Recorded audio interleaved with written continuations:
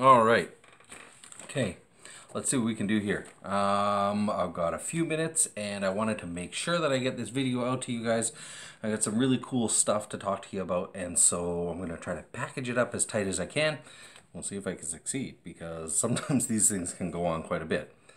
This is your preview video for the amazing, spectacular, wonderful, fabulous lay formation weekend that we've got coming up for you on December 8th, 9th, and 10th, just in a couple of weeks here. So this is hopefully get you excited about what's coming up, and I've got some cool information to share for you about that relic of Francis Xavier that's coming to town. So we're going to talk about that here today too.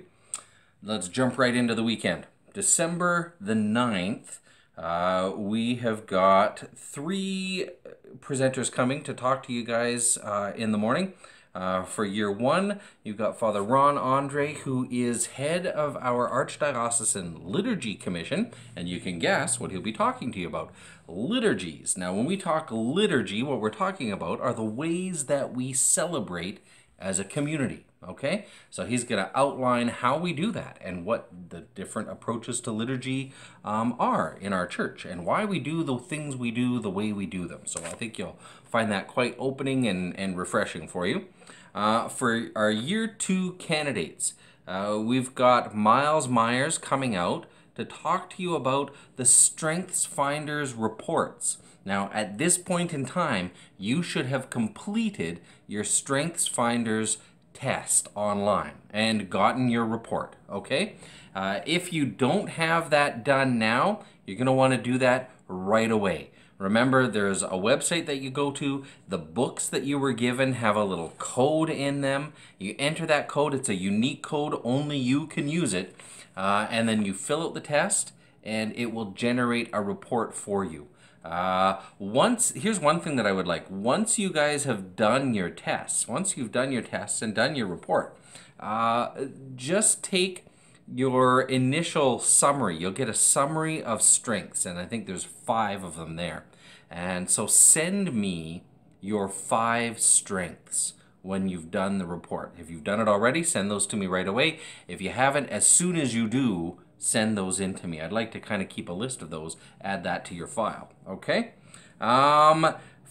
So that's in the morning of December 9th for the year 2 class. For the year 3 class, we've got my friends Hugo and Christine coming to you from the Marian Center here in town. They're going to be talking about their particular ministry to the marginalized. They do such wonderful work. Anybody who's familiar with the work of the Marian Center, just on Osler Street, right, kind of around the bus depot police station area and that there, they do a wonderful outreach to guys on the streets and on the margins of our society. They're going to talk about their ministry. They're going to talk about the Madonna House and apostolate that they're a part of, and how that came to be, and share what it is that they do and how it is that they minister to those in their particular neighborhoods. Pay attention in your own self if this might be a ministry that you feel called to, but also listen to how they're presenting and the ways that they are interacting with the people in their neighborhoods. And think about it too in terms of, how do I act and interact in an evangelizing way with those people in my neighborhoods?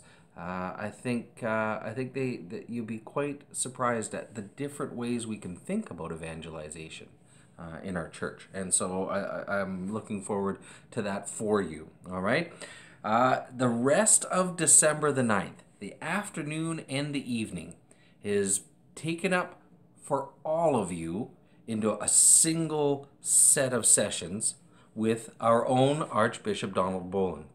He's going to be coming out and talking to all of you together the afternoon of December the 9th on ecumenism, which, as you may or may not know, is a pet passion of our bishops. He's worked in the areas of inter-Christian denominational relations for a long, long time, and it is very much one of his key priorities for the Archdiocese is improving those relationships among our Christian brothers and sisters. And one of the key tenets of our Christian faith is a true desire for unity among all Christians. Now, that desire for unity, Pope Francis was talking about this in Myanmar just this past week, underlying the fact that we need to change our thinking about unity. Oftentimes we think of unity as uniformity, that we're not unified unless we're doing everything the same. And that's not at all the Christian approach to unity. In fact, Paul himself speaks about the body of Christ as being a unity in diversity, right? So that's one thing that I would imagine he's going to touch on, but who knows? I think that will probably come up. The other thing we need to always keep in mind, sometimes this comes up, that ecumenism is something we kind of tack on to the end of some things, and we set it aside as maybe a committee in a parish or a department in and of itself. Ecumenism is, as I said, it's that desire for unity with our Christian brothers and sisters. It really needs to necessarily, by its own nature, infect everything we do as Christians, to the point where our church calls us as Christians to, wherever possible, wherever it is that we can do stuff together as Christian brothers and sisters, we ought to do them together. Right? That can radically change the way we as a Christian community, for example, in the Archdiocese of Regina, interact with the world around us. Imagine if Christian brothers and sisters in every area that we are able to work together and worship together were to do that. It would be a very different kind of experience of Christ for those in our Archdiocese, wouldn't it? So that's going to be his talk in the afternoon of December. In the evening, he'll be talking to you, a very timely and appropriate talk about the Incarnation. Here we are on the cusp. This will be on the eve of the first Sunday of Advent, and so he'll be spending the evening talking with you about the Incarnation, and that's going to be important with what I've got to talk to you about next. Now, on December 10th, we've got an Advent retreat for you in honor of the start of the Advent season. That we'll be celebrating starting just this weekend. So the weekend that you're together will be the second weekend of Advent. Advent will have already started. Still a good time, though, for the bishop to talk about the Incarnation, right? And that same weekend, we've got an Advent retreat for you. It's going to be run by one of the new Jesuits who has come out to work at Campion College here in Regina, Father John O'Brien. I've had a chance to meet him a couple of times and speak with him a bit on the phone, and he's really looking forward to meeting all of you and spending this morning on retreat with all of you. So that's going to be a really good treat for you all. And I'm looking forward to that again on your behalf. Now, on to the relic of St. Francis Xavier. And maybe Father John O'Brien is going to talk with you about the relic as well. I don't know. I mean, he is a key person in organizing its coming. As I mentioned in the email I sent out earlier, this is something that's been done in conjunction with Catholic Christian Outreach. It's a campus ministry that operates throughout Canada, and the Jesuits of Canada. And they have organized this pilgrimage of the relic of St. Francis Xavier, my personal patron saint, and patron of evangelization, which I think is a really appropriate topic for us to discuss and to encourage attending the event for everyone in our program, as evangelization is one of the key aspects of our program. It's one of the things that we're in formation to become better evangelizers, and that. So this is coming to visit us on January the 20th at Resurrection Parish. It will start that day with a 10 a.m. Mass presided over by Archbishop Don Bolin.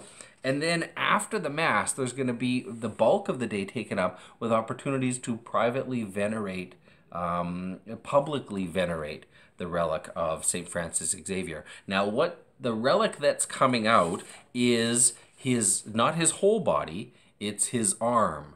His arm in a wonderful display case that will be placed quite reverently at the front of the church, and that people will be invited to come and pray in front of for a few moments, just to be in that presence of one of our church's greatest evangelizers. I was thinking about this. Certainly, St. Paul is a wonderful and great evangelizer in our church. He's credited with the spread of Christianity in the first 2 centuries of our church's existence. And so that's remarkable in and of itself. Often also in December, we think of the feast of Our Lady of Guadalupe, whose visitation to Juan Diego resulted in really the conversion of millions of people in the Americas itself.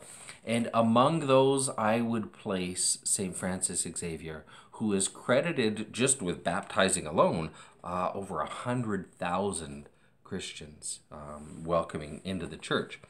So really a great evangelizing event. After that time of public veneration ends, they'll have what's called like the relic event, a little bit of programming in that there. I believe Father John O'Brien is going to talk a little bit about St. Francis and the relic itself. We'll have some time for a few people sharing their own personal testimonies in the areas of evangelization and mission and conversion, and that as well. And I think healing also. They'll be talking about, and so that will be kind of the little program that's run just to kind of wrap things up. And then at 10 p.m., and this is an interesting thing, the whole event is going to end with a dance in the hall at Resurrection Parish, with music provided by our own Dr. Brett Sockold and Braden Kuntz and their Said Contra band, which who'll be performing for us in that evening. This is in conjunction with the Western Conference of Catholic Youth Ministers that'll be out having their meeting that same day in the same place. And so it's just kind of a happy circumstance that we get to share all of this together. All right. So that kind of gives you a sense of what's going on the 20th in a little nutshell. But I want to end here today talking about this whole idea of relics and venerating relics. It's just all on its own. Maybe from time to time you've seen photos on the internet, the bodies of the saints on display in really intricate and ornate glass coffins. Maybe you've been at a holy site where they've been on display, or you might have seen what's known as a reliquary. Those large coffins themselves are a form of reliquary, but also you can sometimes come across very small reliquaries. They often will look like a little locket, and it's got a glass or clear cover on it, something like that. They can be in the shape of a cross. A reliquary basically is something that contains a relic in it, and those reliquaries will contain maybe a bit of bone, some hair, a bit of tooth from a saint or martyr in our church. And they can be quite small.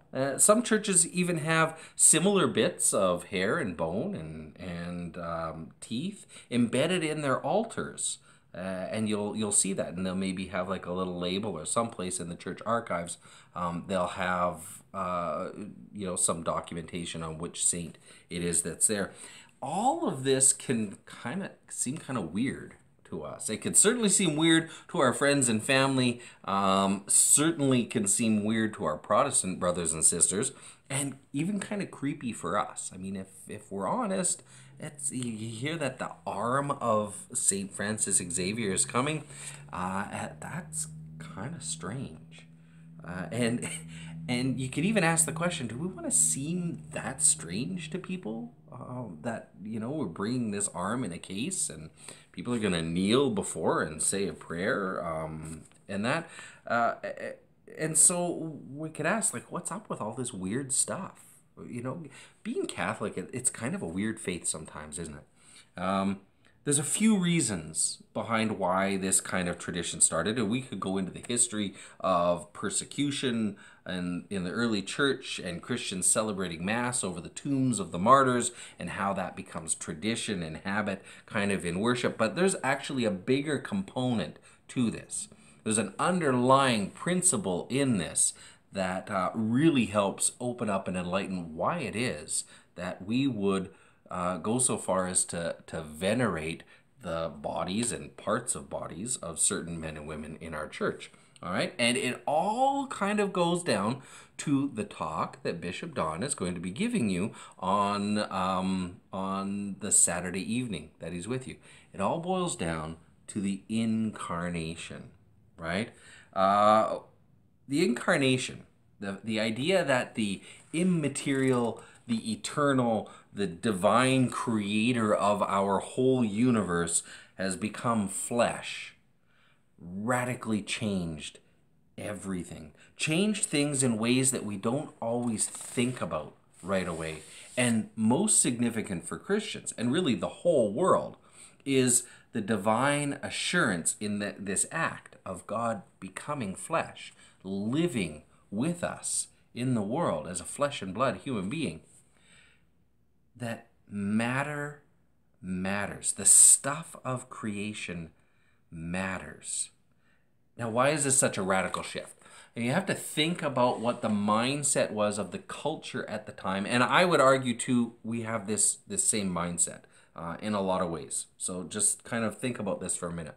The way the Greeks and the Romans thought about things was very different. See, they looked at the world around them and they saw the world kind of in their lives as they lived their lives around them, and they saw the heavens above, and they noticed very different characteristics between the two, right? All this stuff on earth never seemed to last. It wilted, it burned, it rotted, it turned into dust, vanished, it died. When they looked up into the heavens, they see the sun, the moon, the stars, they see all the constellations. They see that they were constant, that they seemed to be impassable. They're always there. The patterns of movement could be predicted and very dependable, right? Matter was gross and kind of sloppy and messy and really independable. The heavens, which in their minds came to represent the spiritual realm, right? Far off spiritual realm that was constant and unchanging. That was something you could rely on. That was something you could depend on. And so this explains why the Greeks, for example, did a lot in the areas of things like philosophy and mathematics and geometry, but not so much in terms of biology and chemistry and physics. Not that they didn't do anything, but really not a lot of effort in that. See, ideas and concepts and the spirit, those were far more real in that mindset than all this matter, all this stuff that quickly just kind of degraded into like gross sludge and dust, right? So the idea is that the spirit is more real than matter created a space in our human thought that would come to be known as Gnosticism. Gnosticism, and I'm sure you've heard that term before. It's the idea that physical stuff, and in particular our bodies, is inherently bad, that there's something wrong with it, right? The fact that it doesn't last forever means there must be something wrong with it. And that the spiritual stuff, by its very nature, is much better, is good, the highest good, in fact. That's what we ought to strive for. Now, Gnosticism isn't just an ancient idea or an ancient philosophy. So here's an example. If you've ever found yourself, maybe you or maybe someone that you know, making a remark, something like, you know, it really doesn't matter what you do with my body after I die. I'm not here anymore anyways. Or I'm just going to be done with it. It's just a shell. The real me's gone. Those are Gnostic ideas. Those are not Christian. They're not incarnational ideas. And as I said, the incarnation radically changed things. Suddenly, the immaterial divine creator became flesh and blood. He was conceived in a body, the body of a woman. He was born out of that body into the world. He hungered and he thirsted and he grew and he needed his diapers changed. He skinned his knees. He sweated in the sun. He touched lepers. He wiped away tears. He held his best friend close to his heart. He was beaten, he was tortured, and he died. All of the physical stuff that the cultural philosophy of the time thought was pretty much irrelevant, God made the highest order of relevance. Take and eat my body. Touch my hands and my side. Matter, all this physical stuff, seems to matter a lot more to the God who created it. A lot more than we were given it credit for, and that we still give it credit for. And so what happened next? So this incarnational theology started to open the eyes of Christians and people in cultures everywhere.